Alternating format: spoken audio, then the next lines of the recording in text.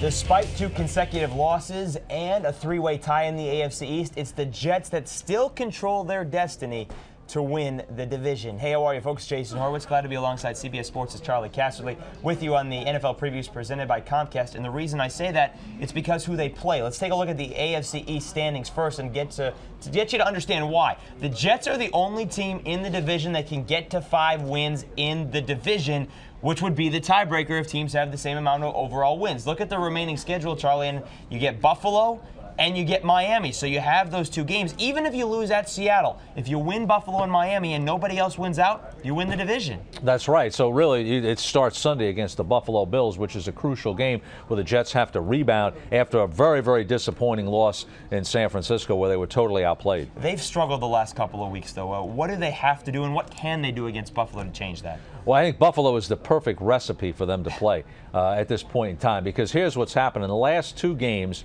the 2 teams, Denver and the 49ers, have exposed the Jets' Achilles heel, which is their coverage ability in the secondary. Really, Darrelle Revis is a corner for them, and he's a good cover guy, but their linebackers don't cover well. The other corner position isn't productive, and Kerry Rhodes can be kind of a ball hawk, but still, the safety overall is a weak cover position.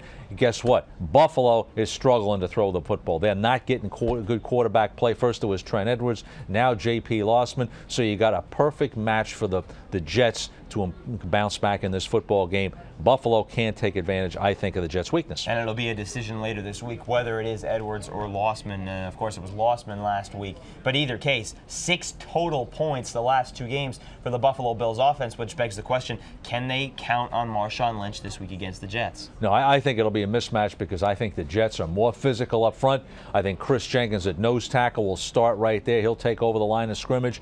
I think Greg Ellis will play well. Calvin Pace will play well on the outside. You know, they will control the line of scrimmage physically, and that's going to limit Marshawn Lynch. And the other part to this is for the Bills is early in the season when they got off to that great start. They were 5-1.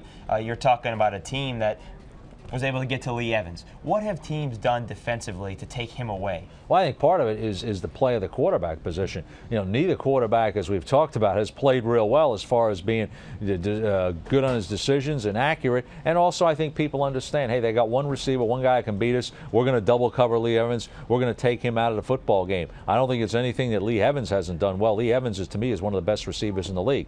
Teams will be able to stop him, and the run hasn't materialized, so they don't have to drop the 8th man in the box. They always play close games. They did in Buffalo. The Jets won earlier this year to snap a 3-game skid to the Bills. Let's take a look at the ACCUSCORE prediction. 10,000 tests, 10,000 results, all mathematical. And as you'd expect, the Jets are the favorite going into this game. 62% of the time they win on the computer. They have to win this game, Charlie. Do they get it done?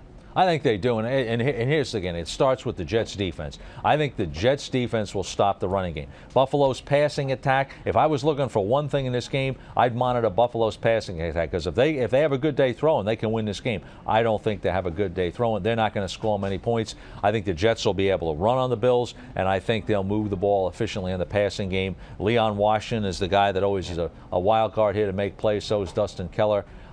Jets to win. I don't think this one's going to be a blowout, though. I think, you know, maybe a 10-point game or something like that. All right, we'll see how it plays out. 1 p.m. Eastern kick on CBS. And for more on this game or any other here in Week 15, be sure to stay with CBSSports.com. Watch everything else on the CBS Audience Network. For Charley Casserly, I'm Jason Horowitz. Take care, folks.